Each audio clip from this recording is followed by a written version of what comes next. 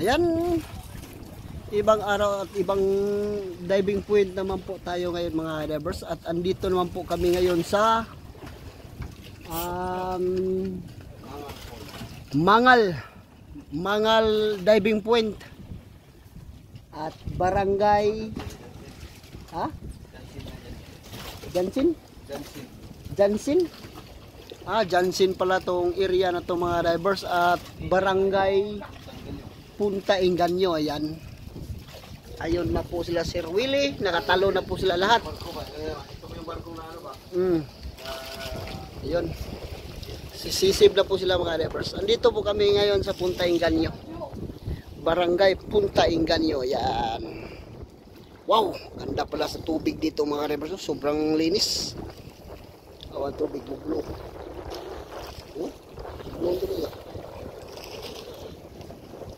Yan, nakasisib na po sila. Ayan po.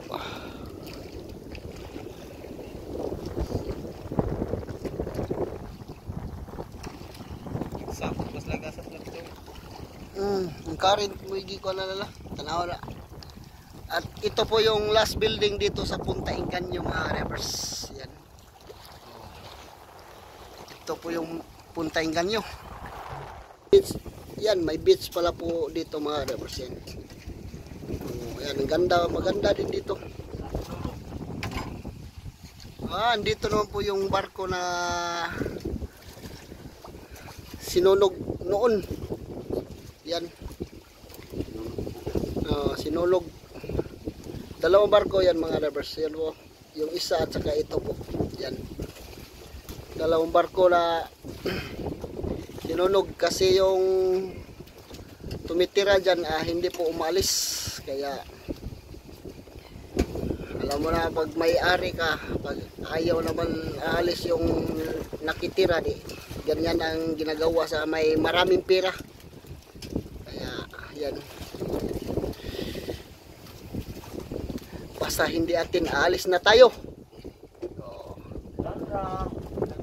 Wait, unsan ni siya nga building, wait, ganing building, wait. Kana ba? Ito pala yung Dusitanis, no? Yan, maganda pala dito mga divers. At may ano po sila, may beach po sila. Yung nakita mong maputi yung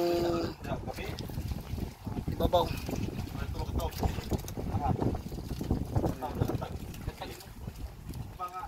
Patay tulor. Punta Inganyo.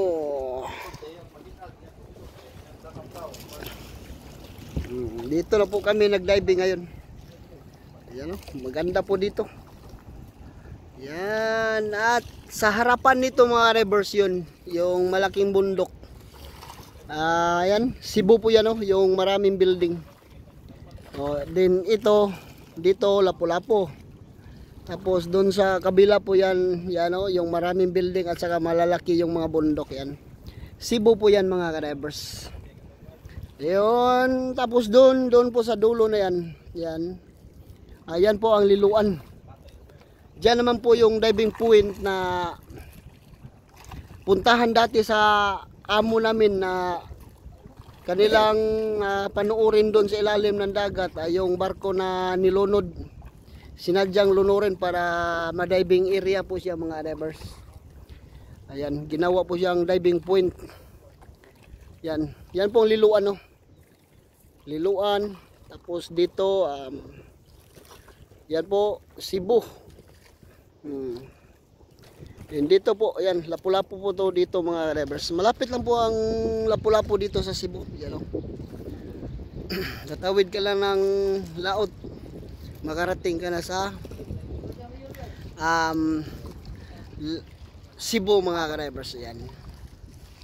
Kasi ibang araw naman ngayon, dito naman po kami nag-dive sa Maribago. Maganda rin pala dito mga divers sa likod ng sa likuran ng